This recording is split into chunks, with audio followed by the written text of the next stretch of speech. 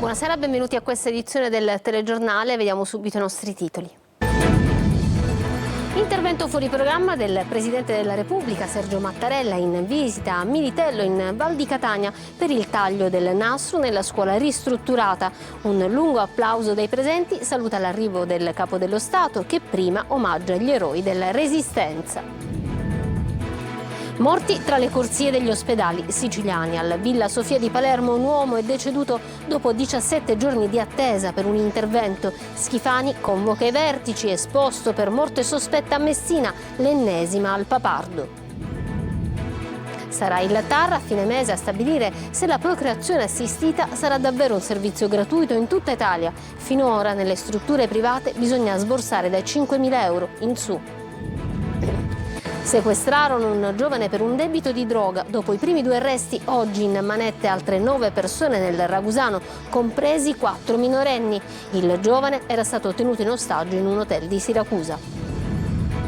Festa grande a Palermo, vinti in un bar tra Brancaccio e Sperone 2 milioni di euro della Lotteria Italia. La titolare: qui viene gente di zona, speriamo si ricordino di noi. Il 2025 sarà l'anno dei ponti per le tante festività a ridosso dei fine settimana. Con 6 giorni di ferie sarà possibile farne 32 di vacanza. Calcio per il nuovo direttore sportivo Carlo Orsi, presentato oggi. Il Palermo è una grande opportunità. In Serie C il Catania pronto ad una nuova rivoluzione di gennaio.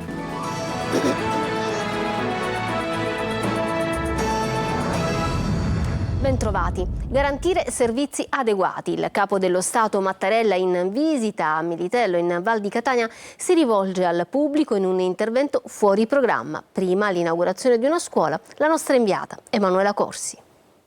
Emozionante veramente, vedere il Capo dello Stato in un discorso dal vivo. È stato un po' un ritorno alle cose belle. Emozione, ma anche lunghi applausi hanno accolto il discorso fuori programma del Presidente della Repubblica Sergio Mattarella in visita a Militello Val di Catania. In realtà non era previsto che intervenisse, non riesco a resistere al desiderio di rivolgere un saluto a tutti.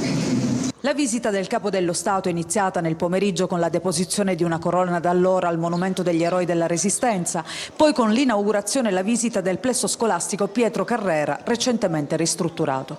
Ad attenderlo il sindaco di Militello, Giovanni Burtone, che durante i saluti istituzionali ha ricordato le eccellenze del territorio, ma anche i problemi delle comunità di periferia, dove è forte la necessità di difendere servizi e diritti a partire dallo studio fino alla salute. Il diritto alla salute. Abbiamo i nostri ospedali, Presidente del territorio. La sanità non la si può fare soltanto nelle città metropolitane. Presenti anche il ministro Musumeci, nato proprio a Militello, il governatore Schifani, il sindaco della città metropolitana Trantino e il presidente dell'ARS Galvagno. Ci auguriamo che momenti come questi anche possano avvenire in altre parti della Sicilia, perché certamente i centri non possono subire ancora una volta quella che è un indice di spopolamento che è sempre più alto, specie nei comuni più piccoli della provincia di Catania. Una giornata di festa e di emozione per i tanti cittadini che non dimenticheranno mai questa visita inaspettata del Capo dello Stato. Il 2025 rischia di essere l'anno della mala sanità in Sicilia. Sono 2 i casi di cui si apprende proprio nelle ultime ore. Un uomo è morto in ospedale a Palermo dopo 17 giorni di ricovero in attesa di un intervento ortopedico, mentre a Messina si apprende di un esposto per l'8ª morte sospetta, avvenuta però poco più di un anno fa. Intanto il governatore convoca i vertici dell'ospedale palermitano. Manlio Viola. Sanità siciliana nella bufera per il susseguirsi di episodi di morti sospette negli ospedali dell'isola.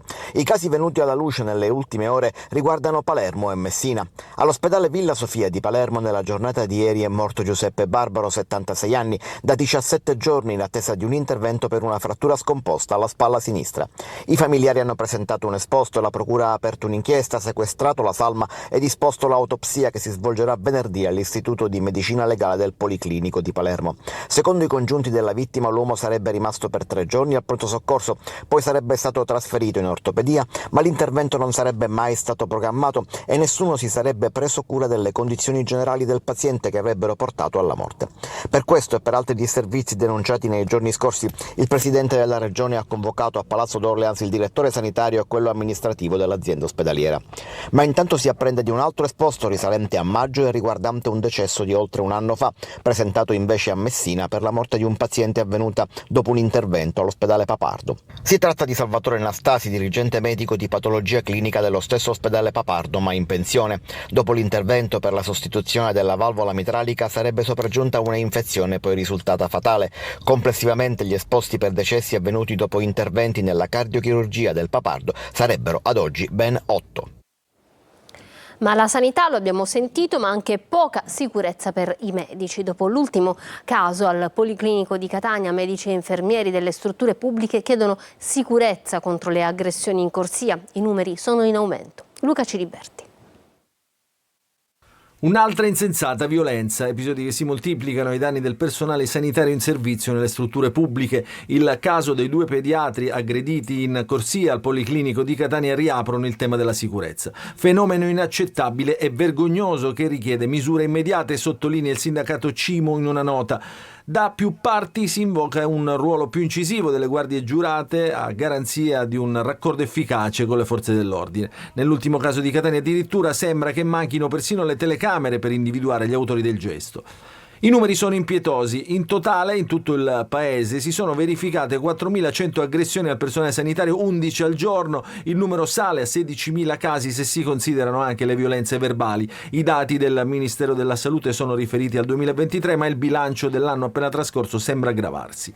Il senso di impunità è totale, nonostante le nuove misure in vigore da qualche mese. Nei casi più gravi, il limite massimo di reclusione per chi aggredisce medici e infermieri arriva fino a 5 anni di carcere.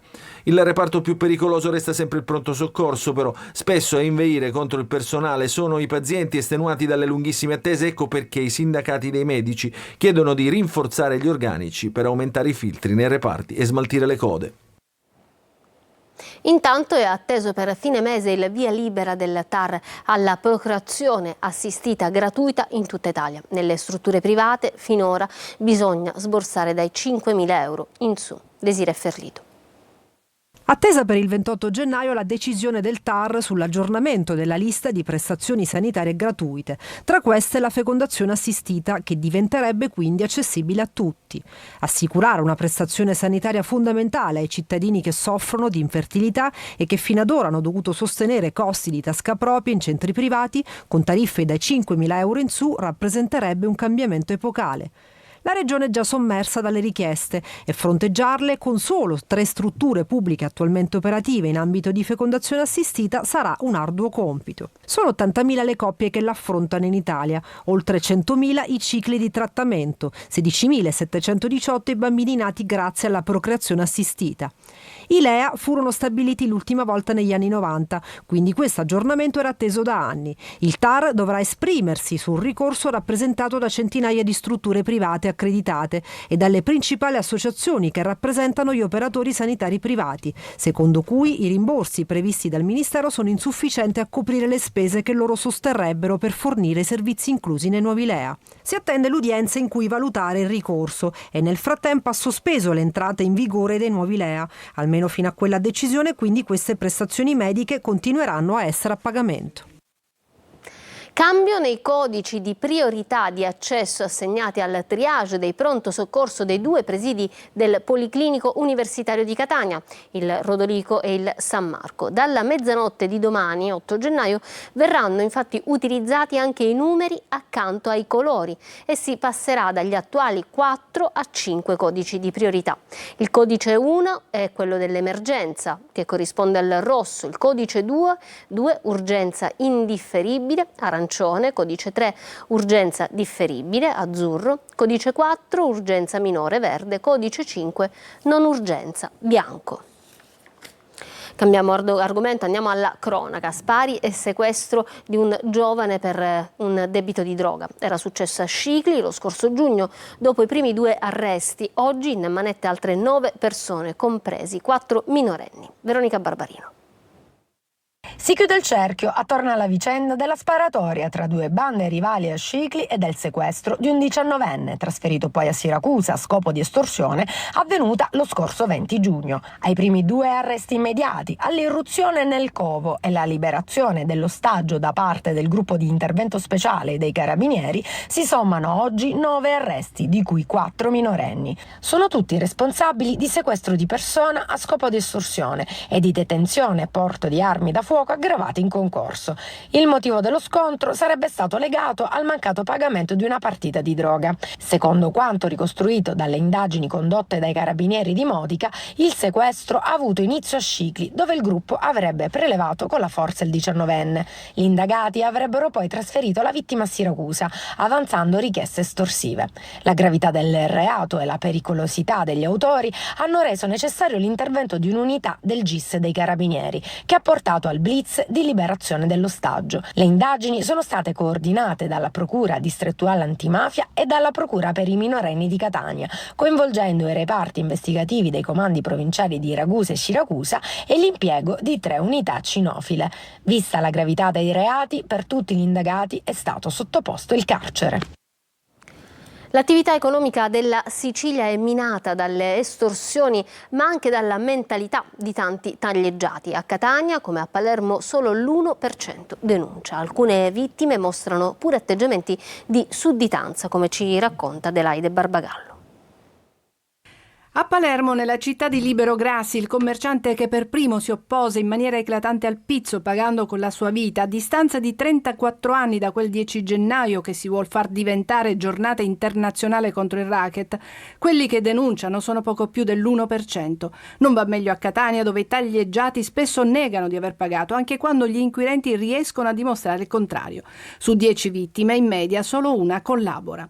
Ad Adrano, nell'inchiesta che ha azzerato il clan Scalisi, è emerso persino un atteggiamento di sudditanza delle vittime. Alcune nel periodo di Natale regalavano il panettone agli estorsori. Il presidente di Confcommercio Catania spiega così le poche denunce. Non ritengo che in questo momento ci sia una situazione di reale paura, c'è piuttosto una situazione di sfiducia, cioè si ha la sensazione che la giustizia, più ancora che le forze dell'ordine, in alcuni casi sia un po' lenta. Ecco, questo non favorisce la collaborazione. Rileggendo le carte delle recenti inchieste emerge una mentalità difficile da debellare. Nel quartiere Brancaccio un negoziante, riferendosi al pizzo pagato, diceva: «Ho fatto il mio dovere». Uno stigliolaro regala la porchetta definendo il mafioso una persona troppo educata.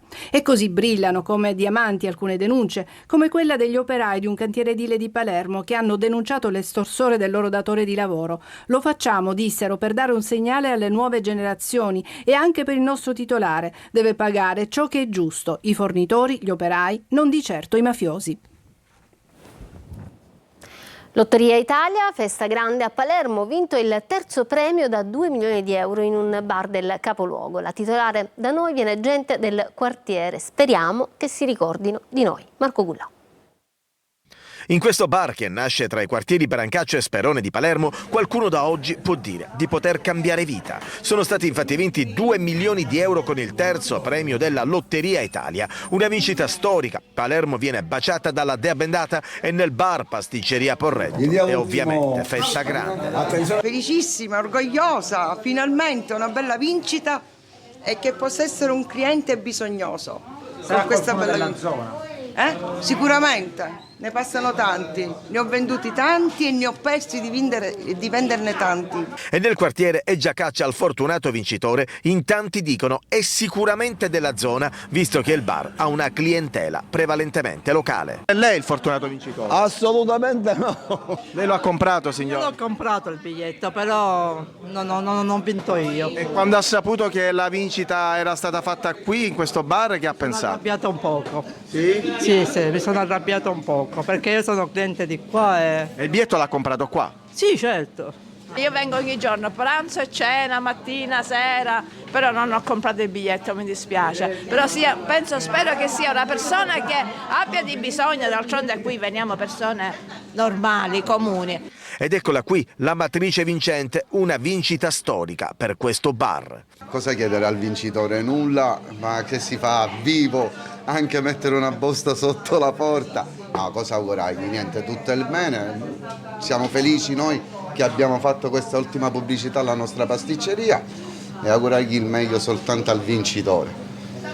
Tanti auguri e in bocca al lupo per tutto. Fate vivo però. Auguri al vincitore. Domani sciopero proclamato dal sindacato UGL Mare dei lavoratori di Caronte Tourist Isole Minori. Previsti disagi nei collegamenti, la compagnia ha predisposto un piano di servizi minimi da assicurare tra la Sicilia e le isole coinvolte. Triolo. Si preannunciano disagi per i collegamenti con le isole minori nella giornata di domani. Il sindacato UGL Mare e Porti ha proclamato 24 ore di sciopero dei lavoratori Caronte Tourist Isole Minori da domani mattina alle 8 sino a giovedì, contro la decisione aziendale di modificare l'organizzazione del lavoro che secondo il sindacato comprometterebbe l'occupazione, cambierebbe la vita dei lavoratori e ridurrebbe gli standard qualitativi e di sicurezza oggi raggiunti dall'azienda. Da tempo è attivo un tavolo di raffreddamento anche con gli altri sindacati sulla vertenza che sta interessando Caronte e Tourist Isole Minori ormai dallo scorso novembre, soprattutto dopo che la società ha deciso di congelare alcuni accordi recentemente sottoscritti. In previsione dello sciopero, la compagnia di navigazione ha predisposto lo schema dei servizi minimi da assicurare da e per le isole minori. Saranno in servizio 3 navi per le olie, una nave per le Egadi, una nave per le Pelagie, una per Pantelleria ed una nave per Ustica. Ammortizzatori sociali fino al 31 luglio per tutti i 491 lavoratori di Almaviva e avvio del progetto della Regione Siciliana che coinvolge 130 di loro in un percorso di assunzione nelle 2 centrali operative di Palermo e Catania per il servizio 116-117 della sanità pubblica. Sono 2 dei punti dell'accordo firmato oggi a Roma dall'azienda e dai sindacati dopo l'intesa raggiunta venerdì scorso con i ministeri del lavoro e delle imprese. E l'Epifania tutte le feste porta via, ma attenzione al calendario perché il 2025 sarà l'anno dei ponti, tante festività a ridosso dei fine settimana. Pensate che con 6 giorni di ferie sarà possibile farne 32 di vacanza, come ci racconta Francesco Loi. L'Epifania a tutte le feste porta via, si sa, ma anche se si torna al lavoro o a scuola, c'è chi pensa già ai prossimi ponti. E sì, il 2025 possiamo definirlo proprio l'anno dei ponti. Serviranno soltanto 6 giorni di ferie per ottenerne 32 di vacanza. È una cosa bellissima, insomma, poter approfittare del tempo libero con tutti questi ponti. Una buona, convergenza. Cosa pensa di fare?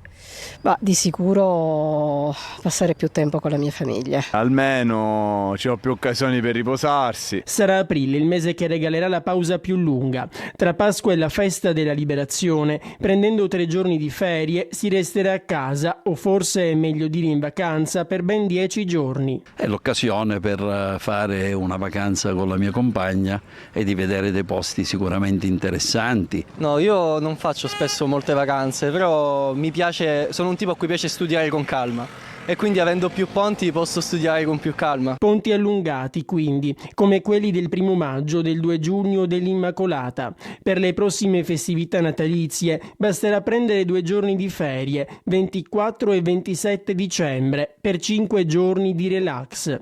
E quindi benvenuto anno dei ponti e forse anche del ponte, quello che però non troveremo sul calendario, ma sullo stretto di Messina. Fortuna. Tanti anni come il 2025 a seguire, speriamo. Torniamo adesso per una pausa, tra poco il calcio.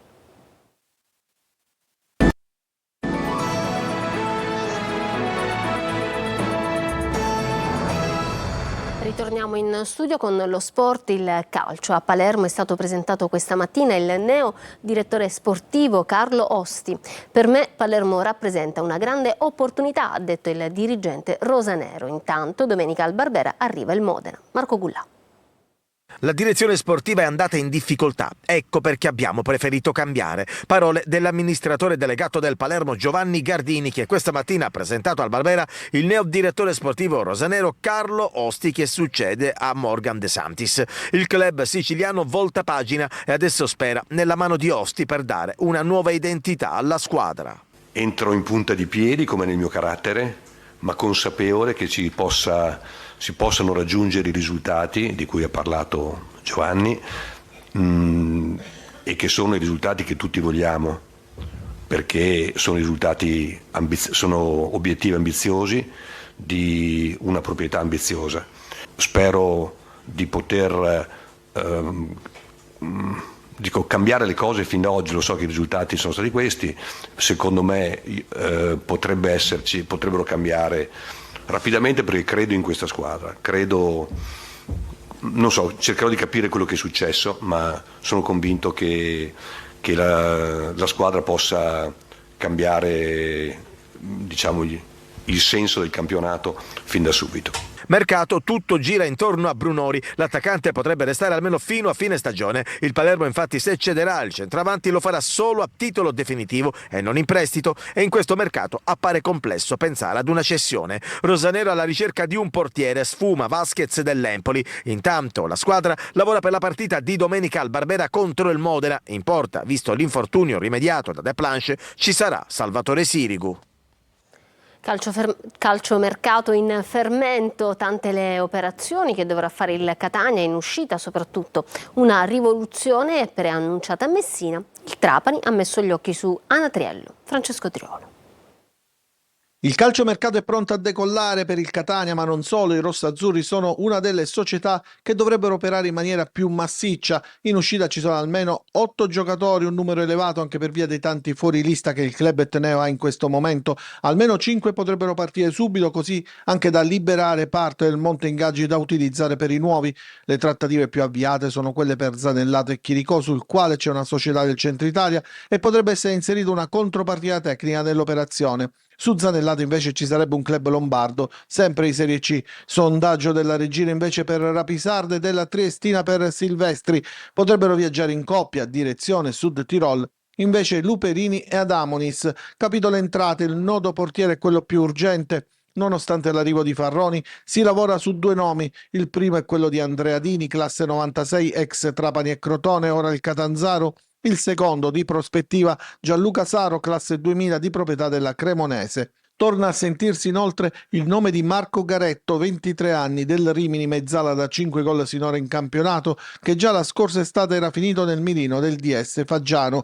In attacco invece c'è una vecchia conoscenza del tecnico Mimmo Toscano, ovvero Steven Spendi, 21enne, di proprietà adesso dell'Empoli, ma in prestito alla Carrarese, dove ha realizzato 2 reti. Potrebbe giocare da seconda punta in coppia con Inglese. Il mercato potrebbe rivoluzionare anche il Messina. Diversi giocatori hanno chiesto di andare via. Dopo Manetto al Picerno, in uscita anche Rizzo. Petrungaro potrebbe finire al Potenza, Lia al Cerignola, Ortisi all'Altamura, Anatriello al Trapani. Movimenti che saranno ufficializzati dopo la firma del direttore sportivo Domenico Roma. Bene, questo era l'ultimo servizio, io vi lascio alla programmazione di Antenna Sicilia. Da parte mia e dei tecnici della regia un buon proseguimento di serata. Arrivederci.